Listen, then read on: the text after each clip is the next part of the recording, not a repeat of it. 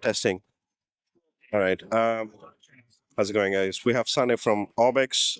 Sante, thank you so much for spending some time. Anytime. I have a few questions on the future of Orbx. Orbx is known to make great sceneries with performance and balance in mind, quality in mind, right?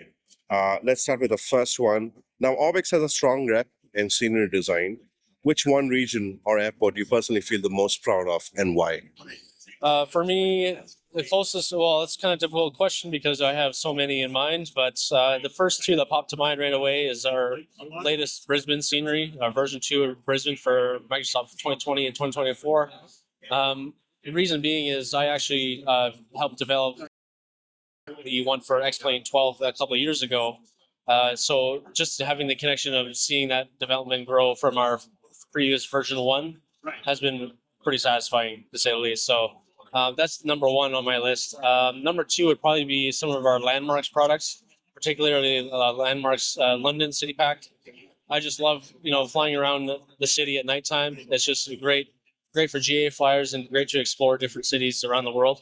But definitely London's City Pack would be number one as well.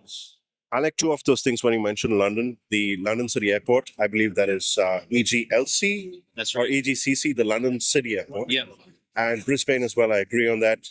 I also have a feeling that the region of Norway has got more partiality from Orbx because it's such beautiful airports all over. I think there are about 5, 6 airports from Orbx. That's right. All of them have been beautifully developed. Thank you. Yes. Right, so thank you for taking care of that. Now, the second one is with Microsoft Flight Simulator 2024.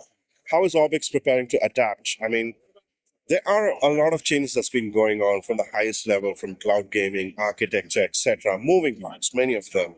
How did you guys manage to adapt to this change? Well, I think the first thing that we always needed to tackle is actually getting our products ported over to 2024. That was always the first main concern. Since our catalog is so massive, Yeah. we obviously have the resources, but we also need time to go through them and ensure all of them are ported properly. And sometimes that means, the port may not work, where we have to make it from scratch. So that's one of the biggest kind of, I wouldn't say hurdle, but one of the biggest things that we're facing now is trying to get the products over as quickly as possible to our consumers. And that way we can start getting onto native 2024 products, which we already have started. But right now, we're still continuing the process of getting through that list. Let's talk about True Earth scenery. I personally have been enjoying this thoroughly, especially in XPlane 12 with California, Florida, as well as UK. What's the next set of sceneries you think Orbx is planning to roll out on True Earth? On True Earth, I can't say what we're going to be rolling out next, unfortunately. That's still internal discussion. But I wanted to give you something, but I can't, unfortunately. But what I want to say is our latest True Earth, it's not technically True Earth per se in the name, but in the feel and the product itself, our Great Britain series for Microsoft Flight Simulator. So you have Great Britain North, Central, and South.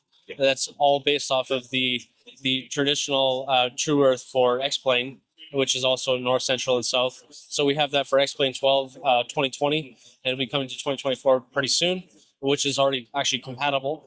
And for other regions, we may have some truer stuff on the roadmap, but I just can't say what that is yet. Absolutely, that's understandable. Now, how do you balance realism and performance in your sceneries, especially for simmers with low-end PCs? Many people gripe about it, right? I mean, they wish they had better GPUs. How do you balance that?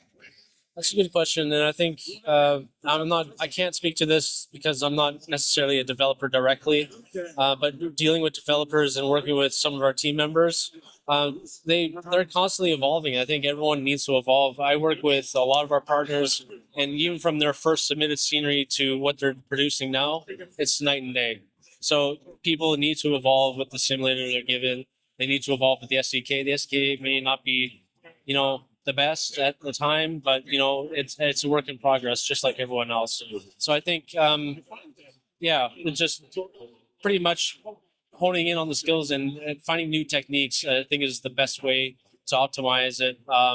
There's like LED systems. There's texture optimizations that we're doing, and it's information that goes around the whole team, right? It's not just one person doing it and just figures out and then doesn't share the info. we make sure our whole team is aware of what's going on, and yeah, we just keep at it until we get what we like.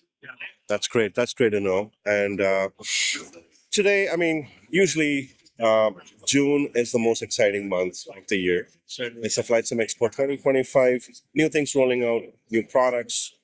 Can you give us a sneak peek or a hint of something exciting Orbx can look forward to this year? Anything on the roadmap you could share with us? I can share three potential ones that were announced recently. One being Perth in Western Australia. That's a very exciting one. One from our indie developer Mateo for Atlanta International Airport. That's going to be a big release. And also our Detroit Airport, which is currently in development for both sims, XPlane 12 and 2020 and 2024. Wow.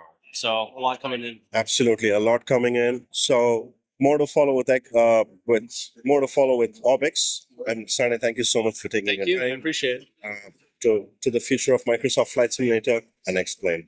Thank you. Thank you.